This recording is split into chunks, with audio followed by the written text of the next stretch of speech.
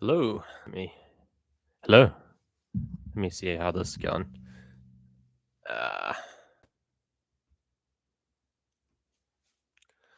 Wonder if it's all going to be good. Control B. Let's see what we got. Let's play. Ooh, that's a lot of sound. Let me see. Let me see. Can I hear it? Can you hear me from here? Wow. How about here? I'm just going to be.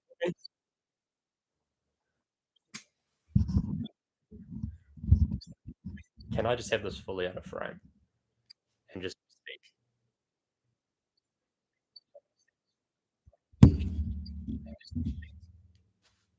Yeah, it looks like it's possible.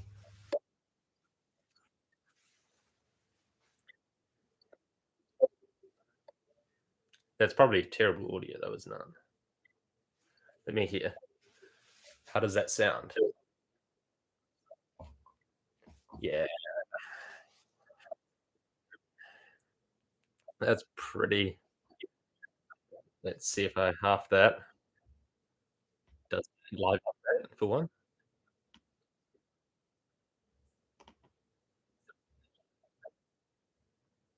It seems to live update.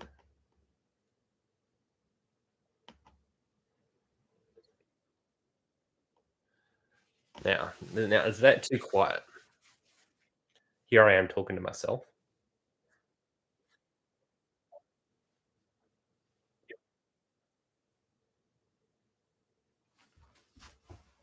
That seems to be all good.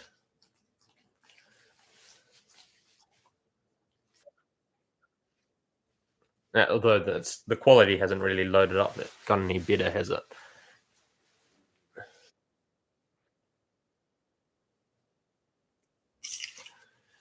Oh well, that's what we got. That's probably the best we're gonna have for today.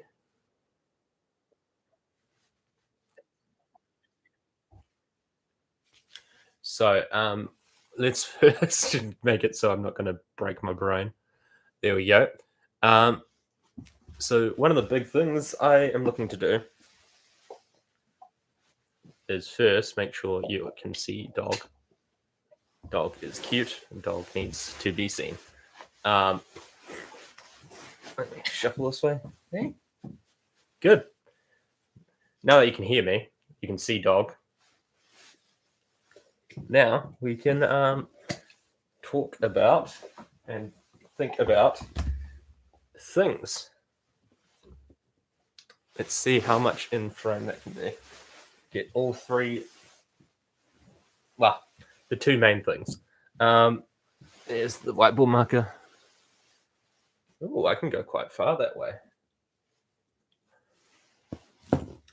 So that means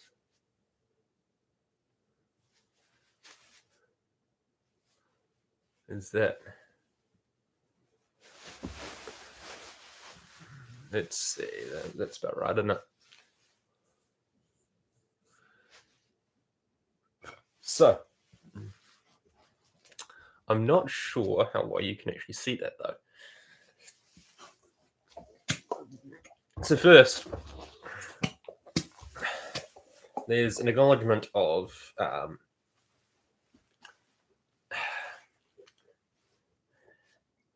I don't want it to be true, but I think that two extremes can't be. The extremes are always impossible. That the idea of the Tao, which is summarized in a way by the classic what do you call it?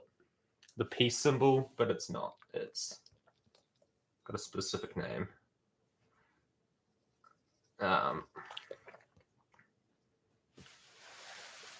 But anyway, that's sort of a description of the Tao that is good. You can get it in the dark area, dark you can get in the good area, which I think is kind of I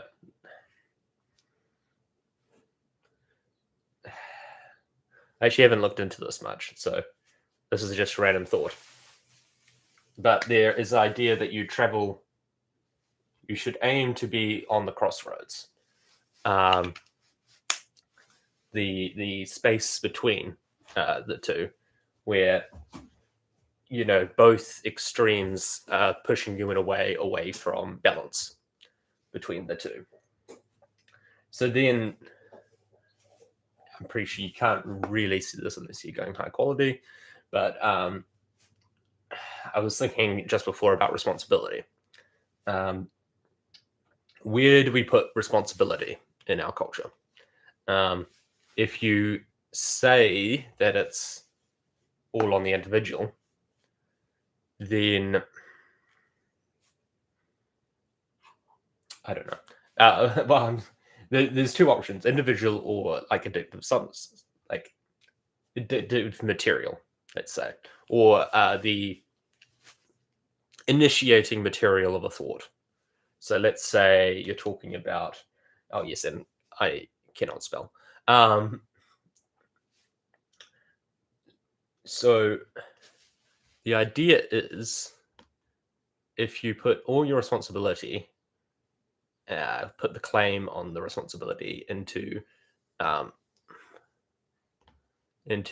the material itself, that's what you'd have to limit. So depending on where you put your responsibility equals your management strategy.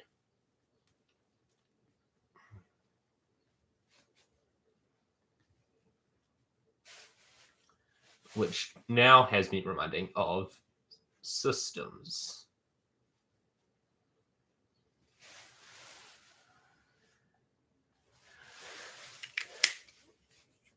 So if you're thinking about if something goes wrong, where do you place the responsibility? I know in it, like, and I'm not sure whether this is consistent. This is an interesting thought I've thought about recently. Of is there areas? Unfortunately, dog is up there. Is there areas and different responses adequate for each area? So if you think, and that seems to be true. So if you talk about like government,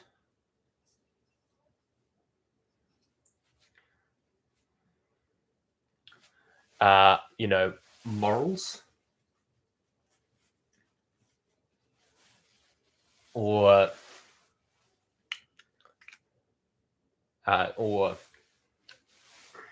status quo. I think that's sort of the area I'm talking about there.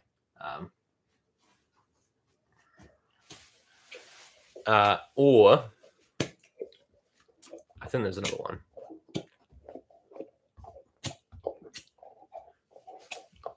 I think there might be many, actually, where you talk about the sort of different response that, or areas of human life and development that is adequate for these different areas, and scope, I guess you could say.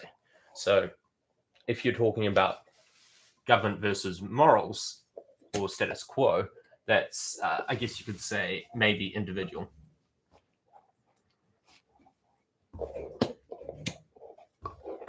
Like, the claim you make is very different depending on what area you're talking about there.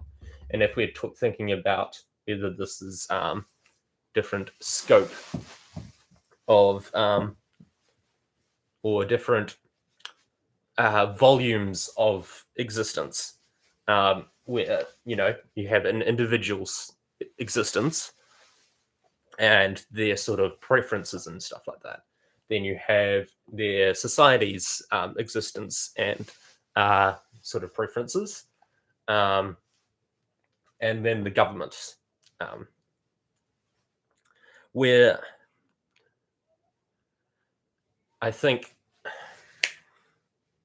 it's interesting this because there's many players in the government realm.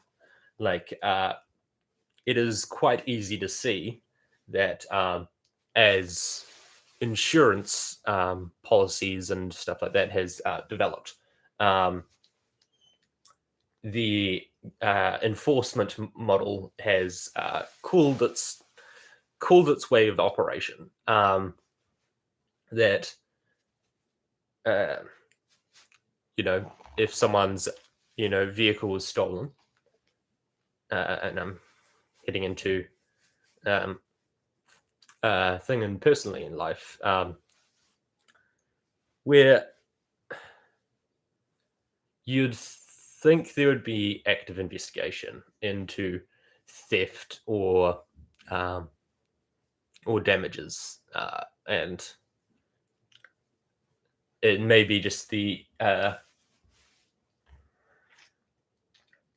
infrastructure is not scoped big enough or capable enough for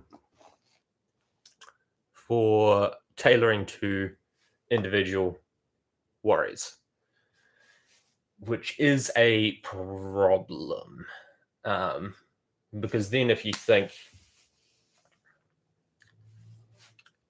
heading into this sort of area, you have the order of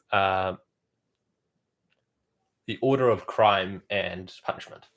So you have one, crime happens,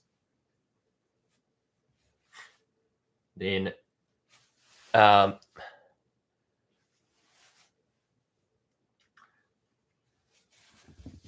you have police and insurance gets involved. So that is quite insurance. Obviously, they have to cover their backs quite a lot. They need to have assurance in themselves that the crime has actually taken place, and in order to do that, they require a police report. And but then the police generally know that the police report is insurance's now requirement, and that it could be seen that reconciliation is taking place because insurance is paying them back, which is only half of justice.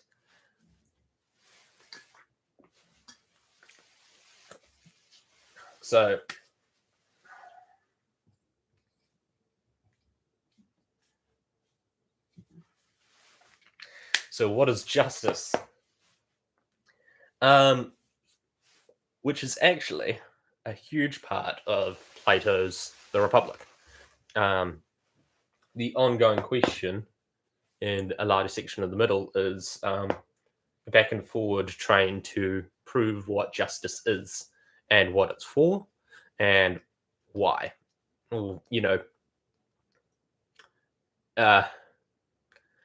now I'm pretty sure, but I'm not entirely sure, that the key character in The Republic,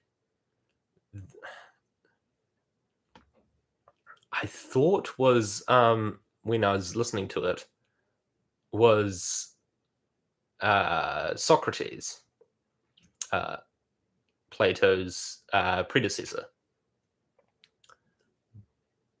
But these thoughts are often credited to Plato, because one, he wrote down a lot of it.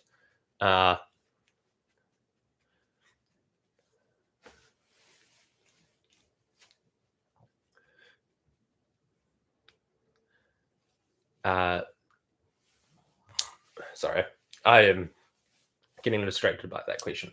But the main character gets into a conundrum where people are trying to define justice as pretty much what the people in charge say it is. Now, the first rebuttal was, what happened? What do they consider when making that? When they make that decision on what's important, and of course, order in the constituents that they are in charge of is quite a big thing. But you could just say, well, that's, when that doesn't take place, the form of justice that gets taken, that gets, what do you call it? I'm saying a lot. The form of justice that takes place by the law enforcement mechanism would still be considered the justice of the land, despite it not being considered just by the people. So then the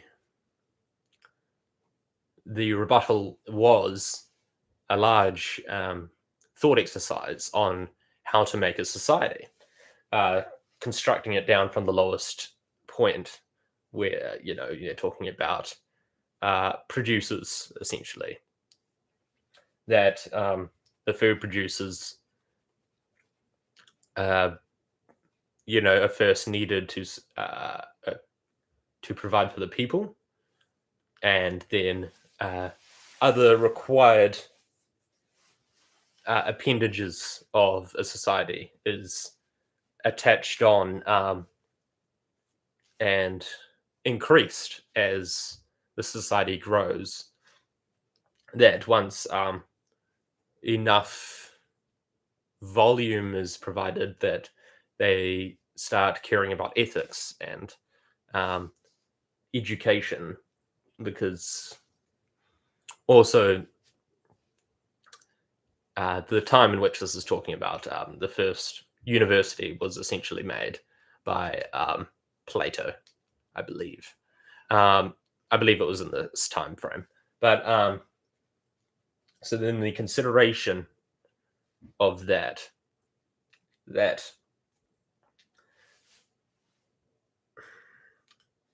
those institutions get added to society because they weren't always there. As it all grows, they need to work together, and their consideration of what is good. And this is where I think there is a false dichotomy in Plato's The Republic, where they say, and I disagree, I don't think it's equal, that good is always justice. That the rebuttals back and forward, the rebuttals to the rebuttals, well, this kind of forms from the non-main characters proposing the idea of justice being what the leaders, or what they say, the strong impose is what justice is, which the often rebuttal is saying that could not be what the people see as good. And if the people don't see it as good, there's a dichotomy that they make, that good equals justice, which I don't think is right. I don't think necessarily all justice is always good, and I don't think it needs to be. I think justice is an important tool for cohesion, not necessarily for making a fulfilled life for everyone. Like, you could say that the opinion of the people of what is good, if that is to be considered what justice is, then you've got to say that the criminals that are getting punished, they won't think that's good. They won't think it's good that they're getting forced into prison, or maybe executed, depending on times, or severity of their crimes. So then you can't do anything to them. you can't do anything because it is not seen as good. Now, they might be saying the wider good as a rebuttal. Now, if the wider good equals justice, what does that mean? So this is an interesting thing because there's quite a sentiment against democracy in the Republic, the book. So if the wider good equals justice, I guess it's in the Republic seen as this is the main consideration of a king. A good king would provide for the wider good of the people. Now, I guess this could be structurally dichotomized in the book by saying let's start the other way. A dictator, or what do they say, tyrant.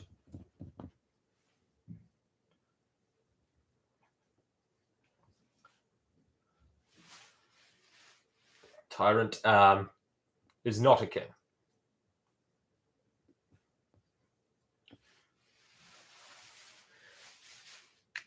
Now, this is brings to mind the idea of the works of Plato. That, in fact, Plato had a lot of these ideas. The Republic was recording a lot of his ideas, and that at a certain stage, I believe, he was able to enact them. He was able to guide a king in his way of thinking of the Republic, with a good king providing for the wider good and justice of the people, and a whole lot of the things. Now, probably the biggest contention is quite easily in the Republic is the noble lie. The noble lie.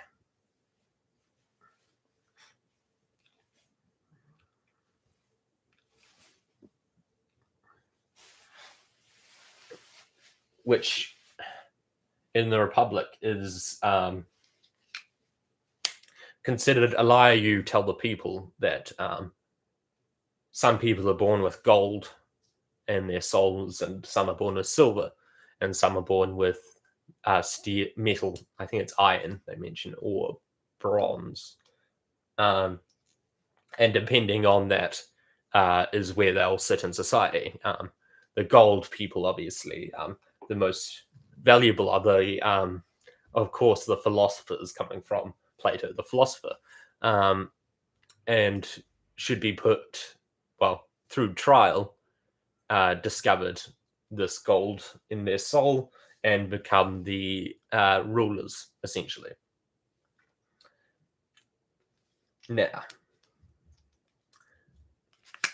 let me point out that I have twice deviated from my initiating point. And so this noble lie is actually brought up what the truth actually is. That they see the world like breeding horses.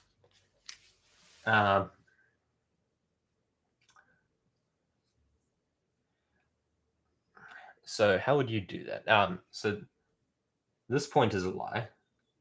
And what they really think is that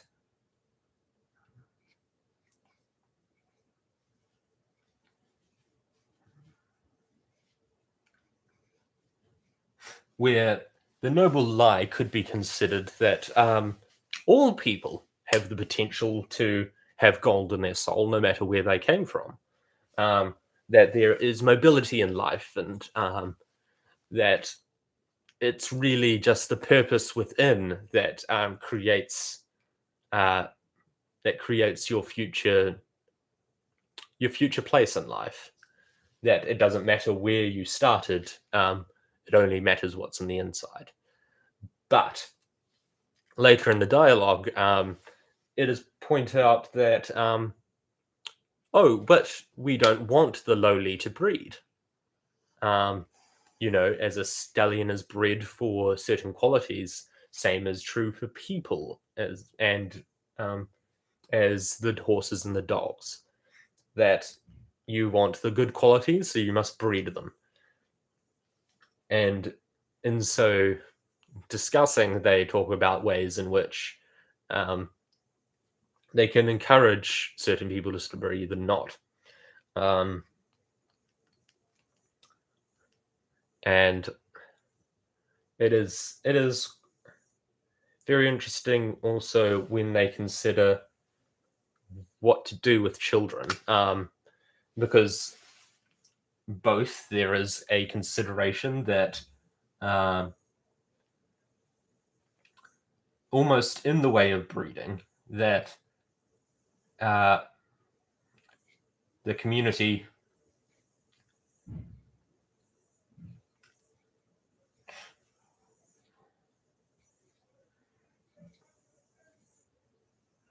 raise kids together.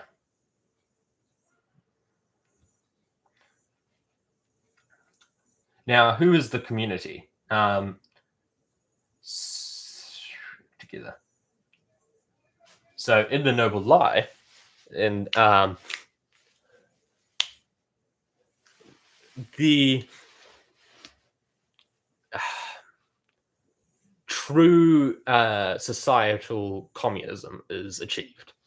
That the people of the gold soul, and this is where it's interesting because it kind of connects the two. Well, I guess it is more put into the breeding part, that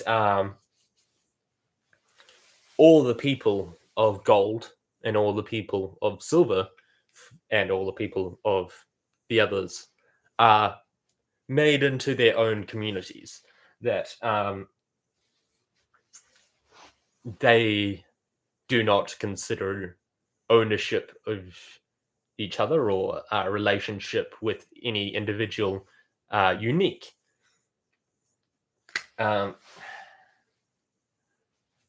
Where class divide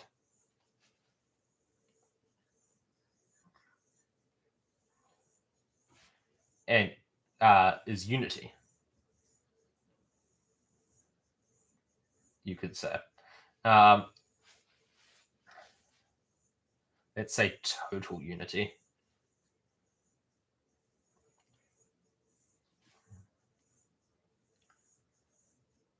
So there would be no marrying, that everyone in each of those communities will breed amongst themselves and not have any of the kids in particular. That the community will raise the kids together. And in this way, the noble lie is once again proven false.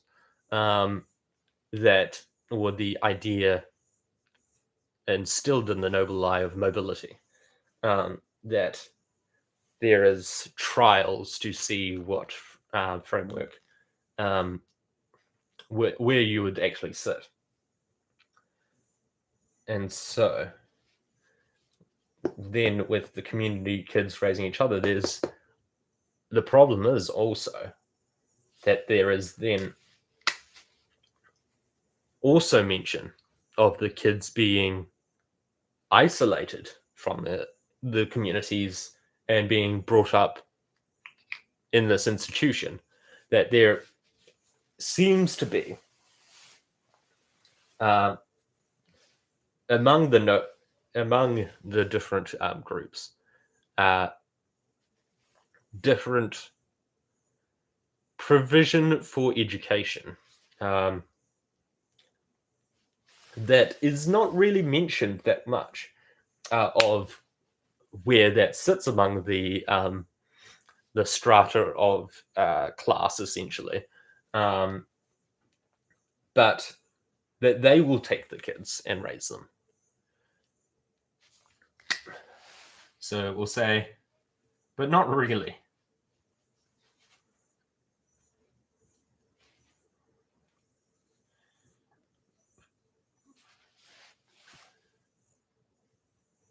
because it is mentioned that there's levels of education, and in passing one, you move up to the next, and in failing one, you have found your location in the society.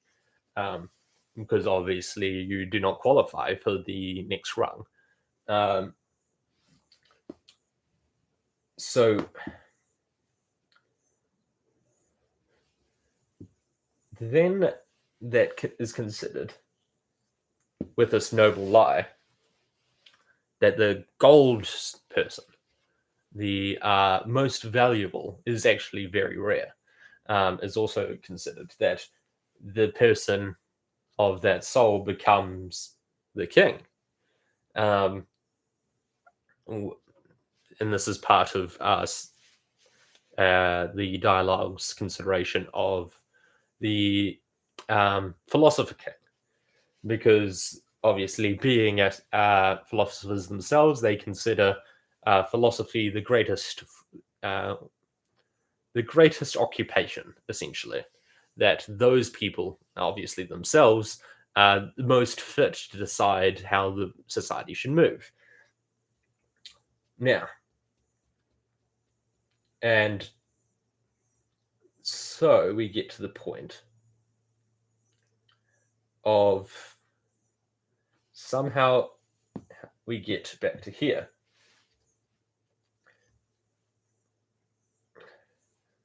When a king is, if we had a philosopher king, let's say, to bring this back in, would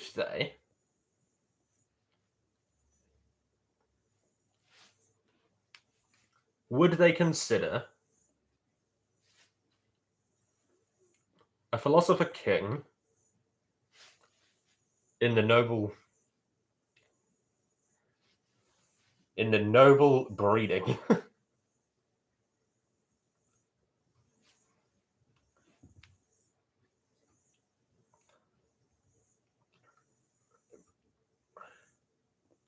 because also the noble lie is for the swath, the what they consider the swath under the breeding tradition, but is in the noble line tradition the people of iron and the people of bronze.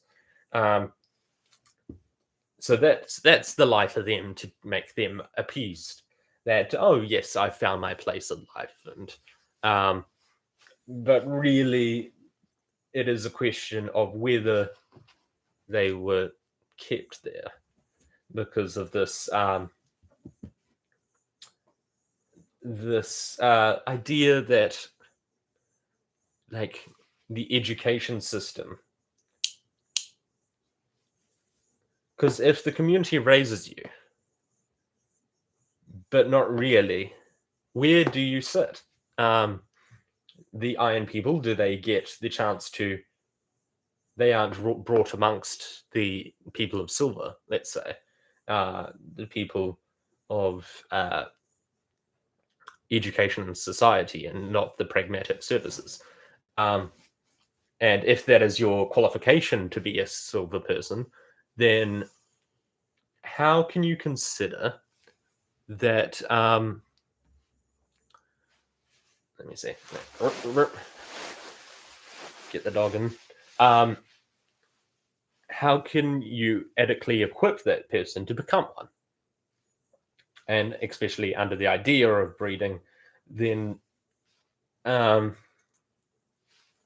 would they give them the opportunity to learn that?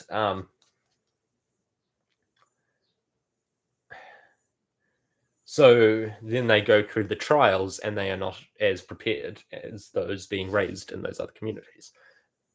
But then once you go up, then you are revealed to the breeding institution that, and so the person who eventually rises above and becomes a person of gold, the philosopher king, would see this to be true and would think it to be true. And for one, even considering the noble lie position, that oh, he just went through trials and rose to the top. If he were to believe that, then he believes him to be himself to be, or they prove themselves, think themselves to be a. Well, actually, I could say him because in the oh no wait, the noble lie is actually quite what do you call it? Equal among the sexes. It seems, I think, with when he got pushed into the position with the uh, fancy of the idea with the class divide that there is woman amongst them, and you know that nobody would see one woman as theirs, so everyone has access to all the women of their class.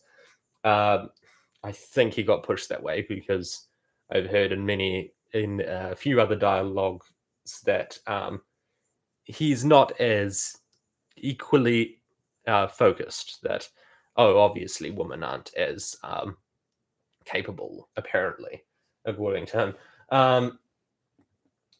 And so chances are he would think that the Philosopher King would be he. Also, naming it the Philosopher King is kind of a giveaway. But saying that, back to my point, that him believing he is of highest quality of soul, why would he consider the people? Why would he consider their idea of good?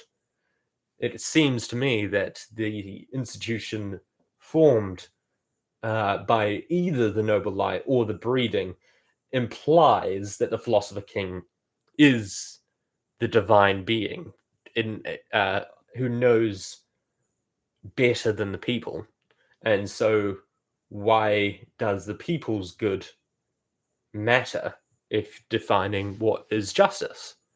Um, and this gets back to the question uh, brought up before is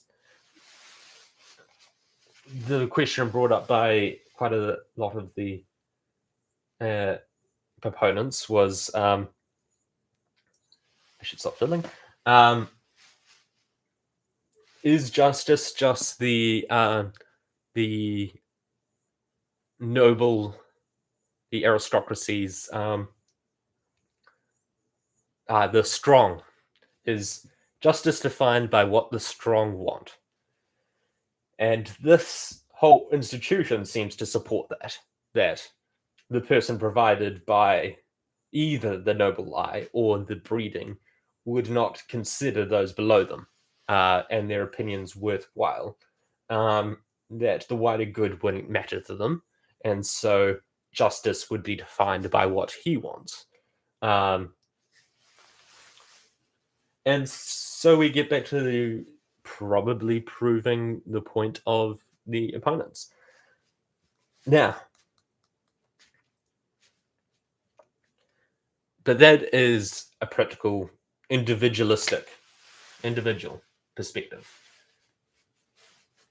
Now, in governmental terms, let's say, or let's say the moral terms, where the consideration is of the wider good, that really on uh, on a on the wider community's terms is really the consideration in which the wider good sits. That if so, from that perspective, you could say, well, the noble lie sorts them, and so thus, I haven't actually quite thought of this one very much because, quite obviously, as a Western person, individual perspective is quite apparent to my ideals. The wider status quo does sorting people, or see, this is where I think the noble lie is important. is sort of where they would like to see that there is a structure, a ladder structure of qualification, and you find out which rung or um, you find out through trial where you sit on the ladder. And I think that is something that the wider community might appreciate in a practical sense. And so, if that being true and someone gets to the top rung, the wider community might feel fit to have that person be their leader. And I guess that's kind of a lot of the pre-thought of what how society works at the moment. That people think that's how it goes. That the people who are now running in us are people who have proven themselves communally to be worthy of that position, which I'm not sure to be true. Well, first of all, it is an application process. You have to first think to do it. Second, think you have time. Third, think you are worthy. And fourth, probably be charismatic, where that is a question of, is charisma actually adequate qualification for rising a rung? Where, and this is something interesting of being, well, first, charisma can probably cover and give the illusion that the other ones are qualified, have been qualified, that they could, in fact, just have nothing to do with their lives, but charismatic, and so thus get into position. And so this is an interesting thing, bringing it back to responsibility. So if we think the individual is responsible for their position, then we can consider that they are probably the most fit. That this is under the thought that it is solely that individual's impacts that is responsibility, that they are responsible of it. Now, you could say the systems in place, if that is the sole reason that they're there, that kind of leads more to, well, it depends on the system. If it is a adequate meritocratic system of raising the rungs, but let's say the ladder is slanted a certain way that prefers some, or that the breeding model is actually what is taking place in the thoughts of the people, even, let's say, or the education of people, that the system in place in that position would be that so let's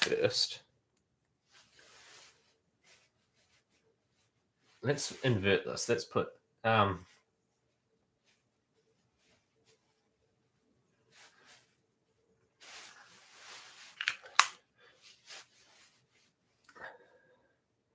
so individual seems good.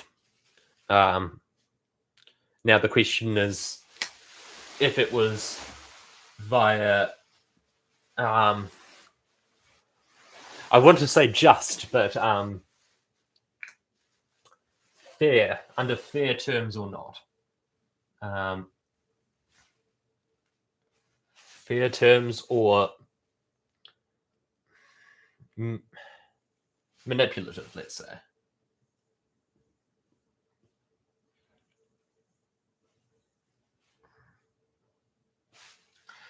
And so with this, we will, you can see we're also seeing both sides, where I could say, oh, just seeing the individual is always the right way.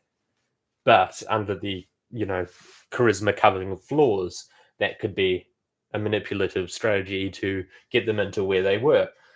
Now, but systems.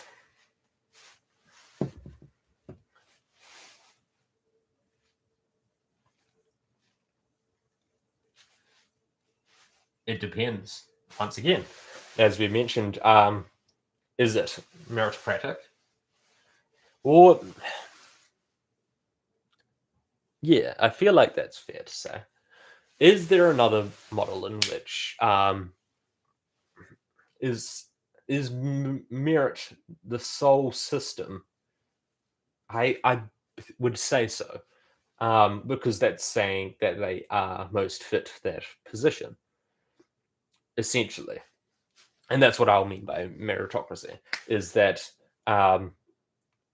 their actions fit the purpose the best. Their personality and their manners, manner of working, is in fact what fits the position work best. So, meritocratic. So merit versus now I could just say corrupt, but I feel like that is too much of a dichotomy, because that is quite a almost specific term for a vast way in which the system could, on the opposite end of the spectrum, be wrong.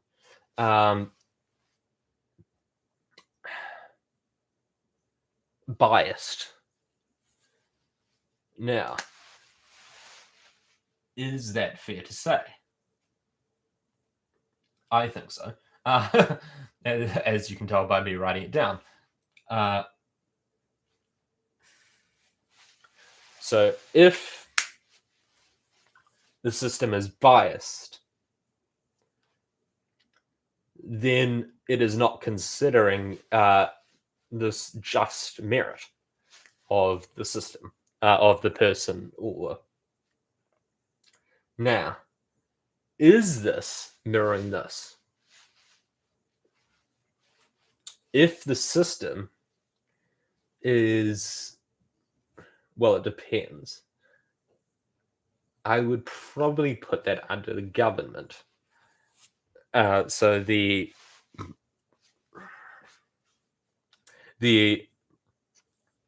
rote or official structure in which to get there. So let's consider that govern.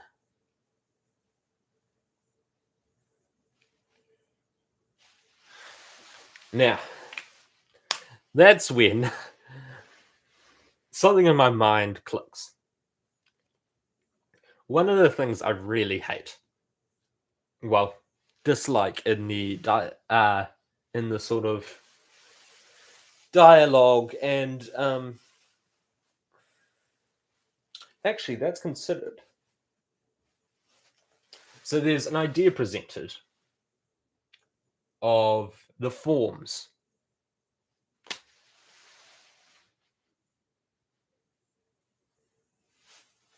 Now, there's an interesting thing in that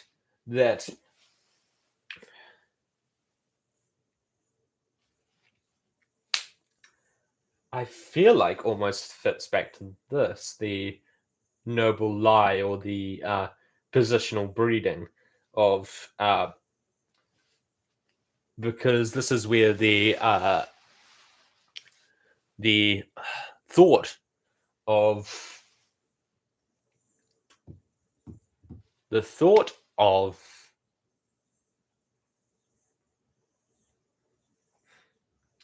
what do you call it? The Plato's cave kind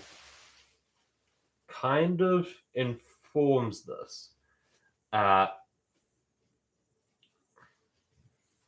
Now it might be considered that that is in a way built in the structure of the noble lie, that the people in the cave uh, are the iron people, or the iron to silver, let's say.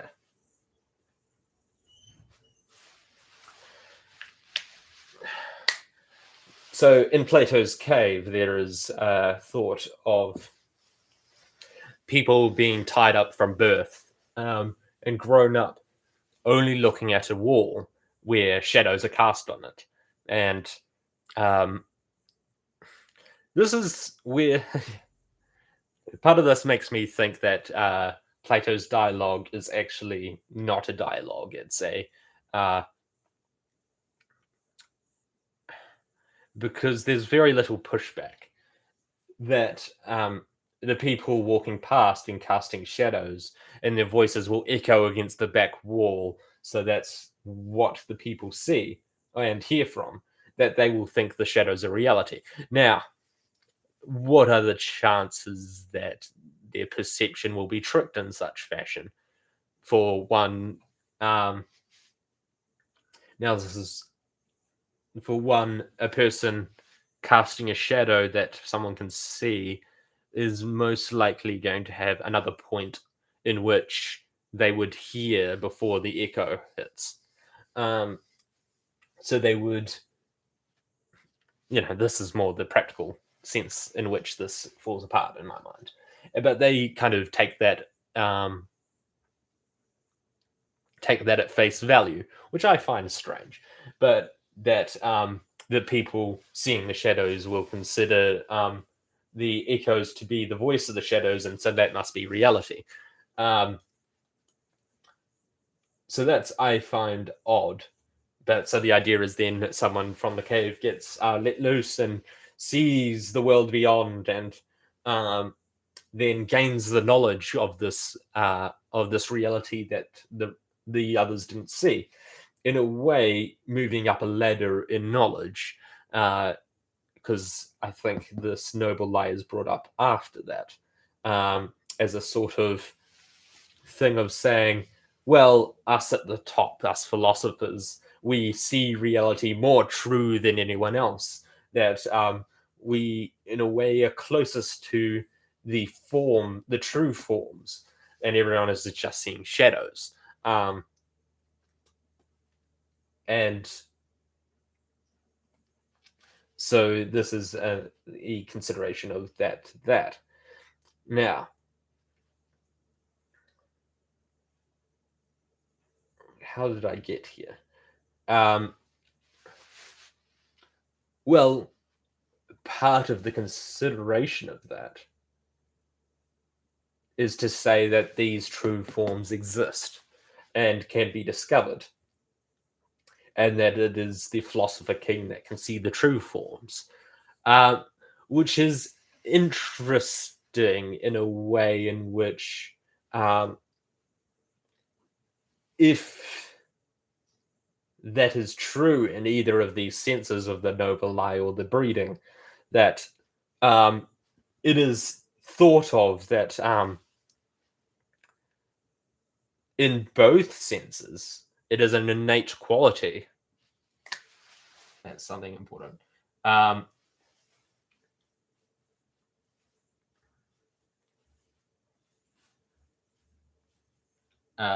Q.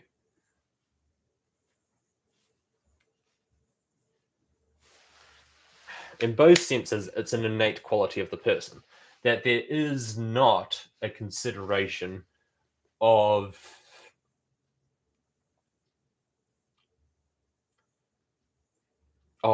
growth through the education. That there is nothing. In fact, they might end up reinforcing this idea through that the community that raises the kids being the community of gold, silver, or bronze, depending on where they're born into, will reinforce the idea of the breeding that they are taught in the way of their parents. And so the innate quality aspect might be enforced in their minds. But that is the idea and the principle they're working under.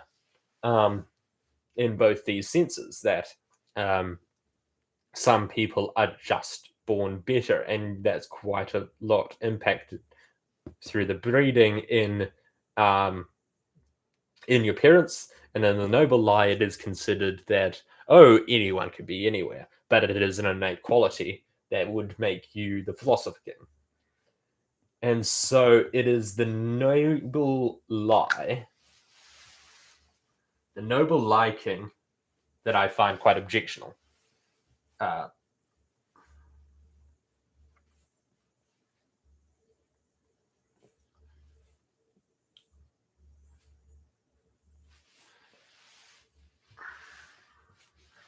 Because the idea in that sense is that he is innately the top rung. He is innately the best philosopher. He is innately seeing the forms truly. And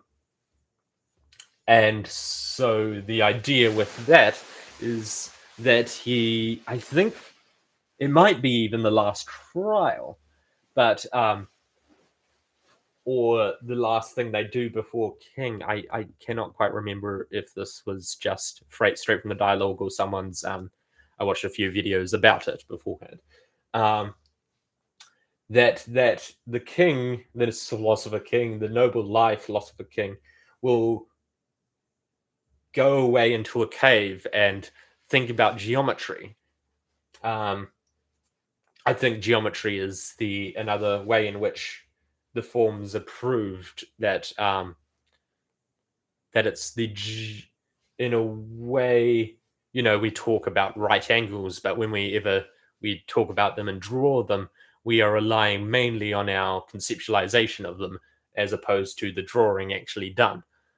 Because even with a guided, like right angled rule, you still aren't going to achieve a perfect right angle.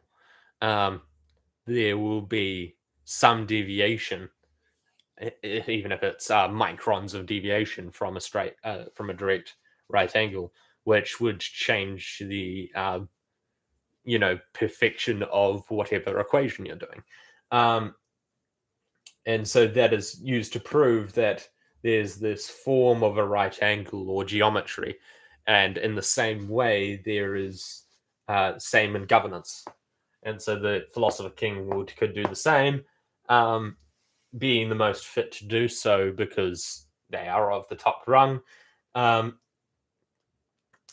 can consider the no. So they do not need any further education once proven. That obviously this person is adequately and fitly best fit. Right, that was a bit of a redundant sentence, but to see these forms more truly and have that bias, have used their own thought to come to all forms, is sort of the consideration. There is not really a consideration of different forms.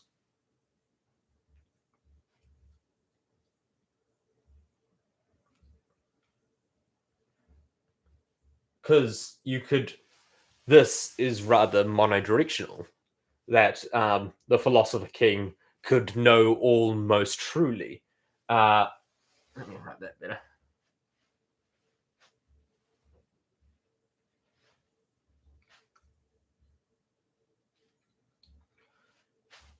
Where even despite they mentioned the what do they call it? The geometers, the mathematicians of shapes, that they know these forms, but they can still, under this consideration, I believe they would still be silver, or not up to the status, at least, of the philosopher king. I believe him to be gold, but he might step above that, whatever he is in his own position. So if there is no different forms, then the philosopher king is ruler over everyone's considerations. And so, with that conceptualization and belief that he can do that, then he can come to the true way of crop rotations and harvesting based on his position. And the people in the iron class, obviously, they're not, thoughtful enough to, consider that, and so must fit suit with the king. So, without any experience, apparently the philosopher king can govern all and know what's best for all, which seems very inadequate. And the irony that got me to this point is that I am essentially, unfortunately, sort of trying to do the same thing in creating a sort of framework. I am sitting in a room, essentially not touching these things. But I think it is adequate in this sort of framework because it is quite vague and looking at the edge cases, not the specifics, that I can consider merely with understanding of vocabulary.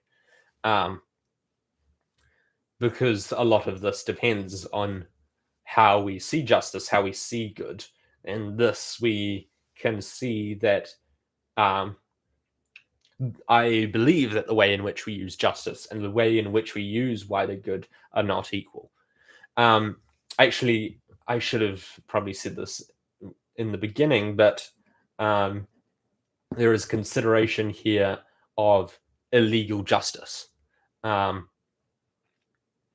or things we would think is good, but it is not legal, or justice just in the legal sense. But we might consider it good and fair and adequate to impose in a sort of wider way to some individual. Yeah, and a case of this is I have a friend who's a early childhood teacher, and one kid, said to another, "I won't hit you because you're mentally retarded," and because they have autism, and so the other kid hit them. Now, is it just to hit someone without physical provocation? No.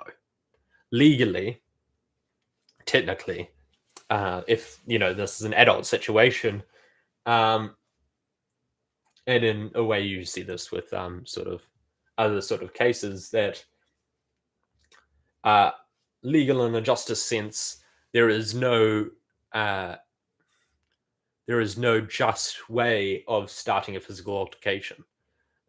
Anyone who starts one is in the wrong. But in a wider good sense, we can think of many instances in which we can find that is not true. That we can see, and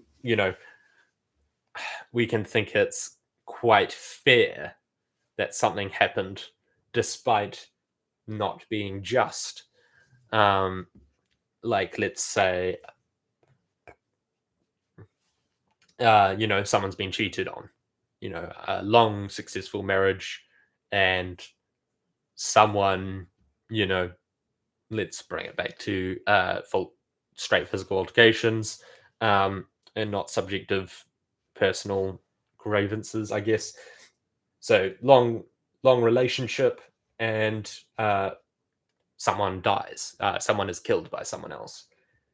Now, if the relationship of that person is, if the person related to the person who was killed, punches or let's say in the weakest case, punches the person who deliberately and maliciously killed them, quite obviously, um, we would not think that would not be fair or, good or adequate to that happened in a wider society. We were like, yeah, he kind of got what he deserved. Um, but that is not the justice equivocation. That person did not, you know, saying that, let's say this happened 3 days later when they finally met the person. That other person did not physically, let's say the other person didn't physically um, initiate the confrontation. The what's the victim? There's the victim and the assailant. The assailant of the murder um, did not initiate against the relationship partner, but the relationship partner physically assaults them. That technically is assault under justice, which comes back underneath this dichotomy. That's a few proofs that this is not true. That wider good is not justice, because how do you build a justice system adequately fitting that? Now, that's where the jury system is technically supposed to fit in, but they are meant to consider. They are meant to consider that, they're meant to consider their moral virtues, but they're also meant to consider the law. They can't just. Let me just. I'm probably going to jump off. Someone else is streaming that I want to watch and chat to. Anyway, but that's a good proof that wider good is not justice, but it might be fit to do so. And that's what I was saying. That we can't have it the opposite way. We can't make justice the wider good, because how do you build that system in which sometimes it is adequate to hit someone? And that's where the jury system is supposed to balance those things, I think. I believe that's the consideration. But really, depending on where it sits, deprives the other. If the jury fully sides on what I guess they think at least to be good, then they're not adequately providing justice. And if they're sitting on the side of justice, sometimes that could be not seen in the eyes of the wider good. And some of this comes into view with more recent, I guess, jury cases in America of racial. I feel like racial justice comes underneath the eyes of the wider good, where if someone under the law, because racial justice isn't under the law. So let's actually put law here to make the distinction more fair.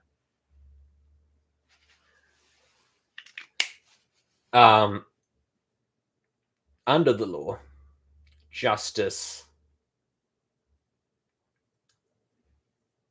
does not consider is not particular. It is not biased towards certain individuals or racial groups. It should not be. And if it is, that is coming into individual manipulation and not fairness under that. And I think it's fair to say that the government systems are meant to police the individual's manipulation and try to keep them fair.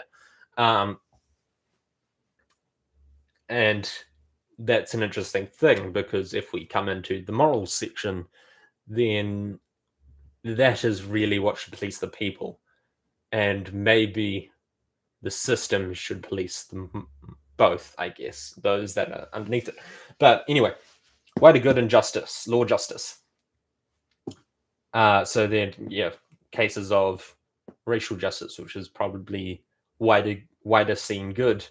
Um, if you are to consider that you are not providing justice for the aggrieved, if it's you're providing racial justice upon a minority accused and being siding with them, like to provide racial justice by creating equity by um, giving them a lesser sentence. So but then going justice is going against that law justice, because ultimately their actions under a unbiased system's merit is also antithems as well. So non-merit. How would you say that? The bane in which uh, you uh, give to yourself, that you earn, that is also part of justice. Um, and so you have earned yourself a punishment, and so not giving that in the idea of wider good is also not meritocratic. It is biased in a way. But anyway, a good streamer friend of mine is streaming now, so I will cut off and see ya. I hope you enjoy watching this later, because apparently no one watched it now. Oh, that's live tab.